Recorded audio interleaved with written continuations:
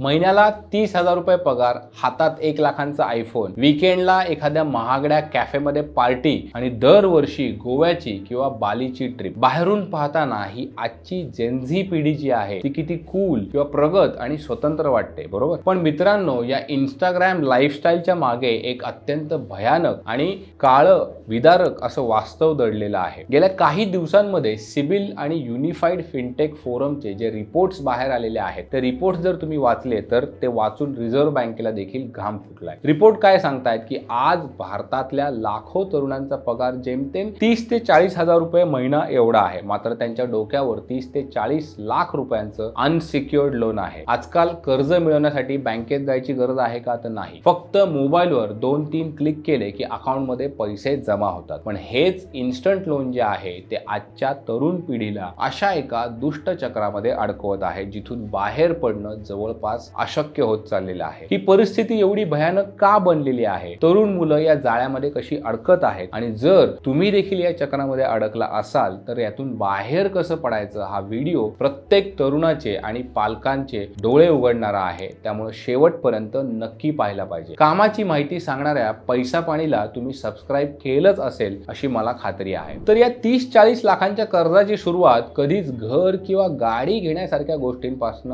होत नाही. याची सुरुवात होते एका अत्यंत छोट्या आणि गोड विषयापासून, बाय नाव पे लेटर आणि instant personal loan. Pune, Mumbai किंवा बँगलोरमध्ये जॉबला लागलेल्या एका 23 वर्षाच्या तरुणाची स्टोरी तुम्हाला सांगतो. अर्थात ही एक जेनेरिक स्टोरी आहे. सुरुवातीला पगार हातात येतो, मित्र नवीन आयफोन घेतात, मग याला सुद्धा वाटतं काय की बाबा आपण का मागे राहायचं. तो एका ऍपवर जातो, नो कॉस्ट EMI बघतो आणि फोन विकत घेतो. पुढच्या महिन्यामध्ये त्याला ट्रिपला जायचं असतं, पगार संपलेला असतो. मग काय करायचं? क्रेडिट कार्ड स्वाईप करायचं. आणखी पुढच्या महिन्यामध्ये काय होतं की EMI भरायला पैसे शिल्लक नसतात. मग तो काय करतो? एका फिनटेक ऍपवर जातो, इन्स्टंट पर्सनल लोन घेतो. ते किती दराने असतं? 24 ते 36% व्याज दराने. एका कर्जाचा हप्ता भरण्यासाठी दुसरं कर्ज घेतलं जातं, दुसऱ्यासाठी तिसरं, आणि पाहता पाहता एकाच मुलाच्या नावावर 10 ते 12 लोन अकाउंट चालू होतात. जेव्हा EMIचा आकडा पगारापेक्षा जास्त होतो तेव्हा खऱ्या अर्थानं खेळ संपतो आणि मग सुरू होतात रिकव्हरी एजंटचे कॉल, त्यांची शिवीगाळ आणि डिप्रेशन. मी हे सगळं हवेत बोलतोय का? तर अजिबात नाही. हे सगळं आकडेवारी आमच्याकडे आहे. सिबिलच्या ताज्या अहवालानुसार जर तुम्ही पाहिलं तर भारतामध्ये आज जे नवीन कर्ज घेणारे लोक आहेत त्यापैकी 41% लोक हे जेनझी आहेत, म्हणजे 1997 नंतर जन्मलेले आहेत. यापेक्षाही भयंकर आकडा म्हणजे फिनटेक कंपन्यांकडनं कर्ज घेतलेल्या तरुणांपैकी जवळपास 26% मुलांनी सलग 90 दिवस आपला EMI भरलेला नाही, म्हणजे ते डिफॉल्टर झालेले आहे. आज जर तुम्ही बघितलं तर भारतातील एकूण घरगुती कर्ज जे आहे, कंझ्युमर लोन्स म्हणतात त्याला, तब्बल 55% हिस्सा याचा अनसिक्युअर्ड कर्जाचा म्हणजे पर्सनल लोन आणि क्रेडिट कार्डचा आहे. म्हणजे त्याला कुठलंही तारण नाही. रिझर्व्ह बँकेने यासाठी बँकांना अनेकदा वॉर्निंग दिलेली आहे. तरी सुद्धा हे लोन ऍप तरुणांना टार्गेट करणं अजिबात थांबवत नाहीये. आता असं का होतंय की हा प्रश्न तुम्हाला पडलाच असेल की बाबा एवढी शिकलेली ही मुलं आहेत, मग ही मुलं अशी चूक का करतात? ही पिढी पूर्ण एवढी चूक का करते? तर यासाठी 3 मुख्य कारणं आहेत. पहिली जी काही कारण आहे ते म्हणजे अतिशय सोपी कर्ज व्यवस्था. पूर्वी काय व्हायचं? कर्ज काढायचं म्हणजे बँकेत जा, तुमची फाईल बनवा, जामीनदार आणा, असा महिन्याभराचा त्रास होता. आज काय होतंय की मोबाईलवर तुम्ही आधार कार्ड नंबर टाकला की 5 मिनिटांमध्ये अक्षरशः 50,000 रुपये तुमच्या अकाउंटला येतात. जाहिरातीमध्ये फक्त इन्स्टंट अप्रुव्हल दिसतं, पण बारीक अक्षरामध्ये लपलेला 30 ते 40% व्याजदर असतो तो ही पिढी वाचत नाही. दुसरं एक कारण आहे ते म्हणजे क्रेडिट कार्डचा मिनिमम ड्यूचा ट्रॅप. क्रेडिट कार्डचं बिल आल्यानंतर तिथे एक मिनिमम ड्यू असा ऑप्शन असतो. बऱ्याच तरुणांना काय वाटतं की अरे वा, 50,000चं आपलं बिल आहे, त्यापैकी 2,000 रुपये भरले तरी चालते. पण उरलेल्या 48,000वर बँक दर महिन्याला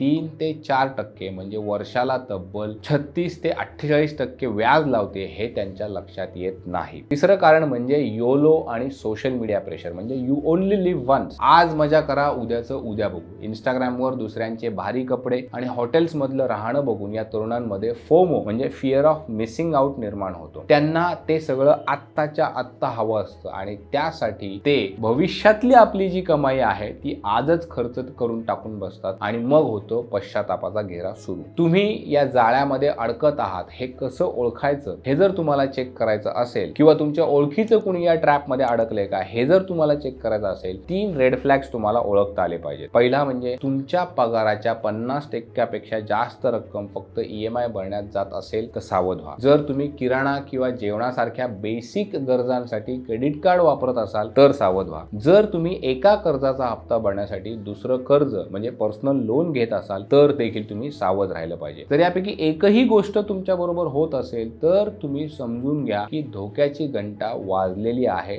सावध व्हा. त्यातून बाहेर पडण्यासाठी प्रयत्न करा. आता यातून बाहेर कसं पडायचं हा प्रश्न उपस्थित होतो, बरोबर? मग इथे तुम्ही टेन्शन घ्यायचंय का? तर नाही. यातून बाहेर पडण्याचे मार्ग आहेत. जर तुम्ही यामध्ये अडकला असाल तर आजपासून तुम्ही 4 गोष्टींची अंमलबजावणी करा. या 4 गोष्टी कोणत्या? तर सगळ्यात पहिलं म्हणजे क्रेडिट डाएटवर जा. सगळ्यात आधी म्हणजे तुम्ही नवीन कर्ज घेणं पूर्णपणे थांबवा. सगळे जे काही लोन ऍप्स आहेत ते फोन ऍप मधनं डिलीट करा. क्रेडिट कार्ड कपाटामध्ये ठेवून द्या. फक्त कॅश किंवा UPI ने खर्च करायला शिका. दुसरं एक तुम्हाला करता येईल ते म्हणजे तुमच्या गरजा आणि हौस यातील फरक तुम्हाला ओळखता आला पाहिजे. पुढचे किमान 6 महिने झोमॅटो, मिंट्रा किंवा वीकेंड पार्टी जे आहेत ते बंद करा. जे पैसे वाचतील ते तुमच्या EMI फेडण्यासाठी तुम्ही वापरा. तिसरं जे आहे ते म्हणजे डेट कन्सॉलिडेशन. जर तुमच्याकडे 4-5 वेगळे पर्सनल लोन असतील, क्रेडिट कार्डचे ड्यूज असतील की ज्याचा व्याजदर 30-40% आहे तर तुम्हाला ते सगळं फेडण्यासाठी बँकेकडनं एकच कमी व्याज दराचं म्हणजे मे बी 12-15% दराचं तुम्हाला कर्ज घ्यायला लागेल. ही सगळी छोटी कर्ज एकदाच बंद करून टाका. त्यामुळे तुमचा EMI जो आहे तो कमी होईल. आणखी एक तुम्ही करू शकता म्हणजे 50-30-20 चा नियम. तुमच्या पगाराचं 50% जे आहे ते घर खर्च आणि बेसिक गरजांसाठी वापरा. 30% जे आहे ते EMI आणि इन्व्हेस्टमेंटसाठी वापरा आणि 20% रक्कम स्वतःच्या हौसेसाठी तुम्ही वापरा. एक इमर्जन्सी फंड जो आहे तो कायम तयार ठेवा असं आम्ही तुम्हाला सांगत असतो. त्याच्याकडे तुम्ही फोकस देऊ शकता. शेवटी तुम्हाला मित्रांनो मी एकच सांगेल की आजची जी जेनझी पिढी आहे ती भारताचं भविष्य आहे. तुम्ही जर ऐकत असाल तर तुम्ही भारताचं भविष्य आहात. त्यांच्याकडे टॅलेंट आहे, ताकद आहे, पण जर त्यांच्याकडे आर्थिक शिस्त नसेल तर हे सगळं टॅलेंट जे आहे ते कर्जाच्या ओझ्याखाली दबून जाणार आहे. कर्ज घेणं वाईट आहे का? अजिबात नाही. कर्ज कशासाठी घ्यायला पाहिजे? शिक्षणासाठी, घर विकत घेण्यासाठी, नवा मोबाईल किंवा ट्रिप, तुम्ही कुठेतरी बालीला जायचंय, गोव्याला जायचंय म्हणून कर्ज घेतलं, यासाठी कर्ज घेऊ नका. तुम्हाला काय वाटतं तरुणांच्या आजच्या या अवस्थेला नक्की कोण जबाबदार आहेत? ते स्वतः जबाबदार आहेत की सहज कर्ज देणारे मोबाईल ऍप जबाबदार आहेत? तुमचं जे काही रोखठोक मत असेल ते मला खाली कमेंट बॉक्स मध्ये नक्की सांगा. जर या व्हिडिओने तुमचं किंवा तुमच्या मित्राचे डोळे उघडले असतील तर व्हिडिओला लाईक करा. तुमचे जर कोणी जेनझी भाऊ असतील, बहिणी असतील, मित्र असतील, मैत्रिणी असतील तर त्यांना हा व्हिडिओ नक्की शेअर करा. सतत EMI वर नवीन गॅजेट्स तुम्ही घेत असाल तर